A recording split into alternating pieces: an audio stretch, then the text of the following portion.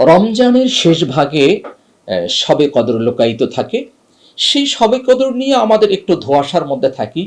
আমরা স্বাভাবিকভাবে ২৭শে রমজানকে আমরা শবে কদর হিসাবেই গণ্য করি, কিন্তু আসলে বিষয়টা এমন নয়।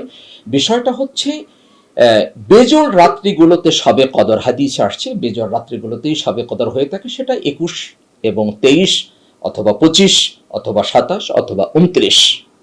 তো আমরা রমজানের একদম শেষ দশকে শুধু ২৭ তারিখের দিকে খেয়াল না করে আমরা বেজোড় রাত্রিগুলোতে শবে কদর খুঁজব। আর শবে কদরের তো অনেক গুরুত্ব, অনেক ফজিলত। এই রাত্রিতেই সর্বপ্রথম কোরআন অবতীর্ণ হয়, সেটা হলো ইন্না আনজালনাহু ফি লাইলাতুল কদর। তো অতএব কারণে আমরা শবে কদর বেজোড় রাত্রিগুলোতে খুঁজব এবং এই রাত্রে পুরা রাত্র ইবাদত বন্দিগিতে কাটানোর চেষ্টা করব এবং এই রাত্রে বেশি বেশি কোরআন তেলাওয়াত করব। তাহলে ইনশাআল্লাহ আমরা শবে কদর পেয়ে যাব। তবে অবশ্যই সেটা শুধু ২৭ নয়, সেটা বেজোড় রাত্রিগুলোতে ২১ থেকে ২৯। মিথ্যা কথা বলা এটা স্বতন্ত্র আলাদা একটা কাজ, সত্য কথা বলা এটা স্বতন্ত্র আলাদা একটা কাজ, রোজা আলাদা একটা কাজ। তো রোজা অবশ্যই রোজা হয়ে যাবে। রোজা ভাঙ্গার যে কারণগুলো আছে সেই কারণগুলোর মধ্যে মিথ্যা কথা নেই। তো রমজানের রোজা অবশ্যই হয়ে যাবে। তবে মিথ্যা কথা বলার যে অপরাধ সেটা রমজানের বাইরেও যেমন অপরাধ, রমজানেও অপরাধ।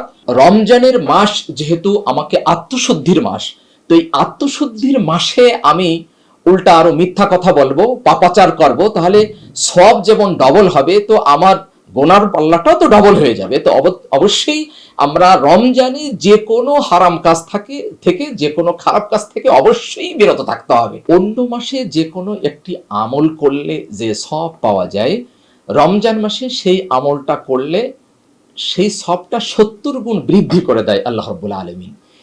তো অন্য মাসে ওমরা করলে যে সব পাওয়া যায়, যে ফজিলত হয়, তার থেকে ৭০ গুণ ফজিলত যেহেতু বেড়ে যায় এবং মদিনা শরীফে নামাজ পড়লে ৫০ গুণ সব বেড়ে যায়, রোজায় আবার হয় ওই ৫০কে ৭০ দিয়ে গুণ, মক্কা শরীফে বা হারম শরীফে বাইতুল্লাহর সামনে নামাজ পড়লে ১,০০,০০০ গুণ সব বেড়ে যায়। সেটাকে যদি আমি আবার ৭০ গুণ করি তাহলে কি পরিমাণ সব বেড়ে যায়।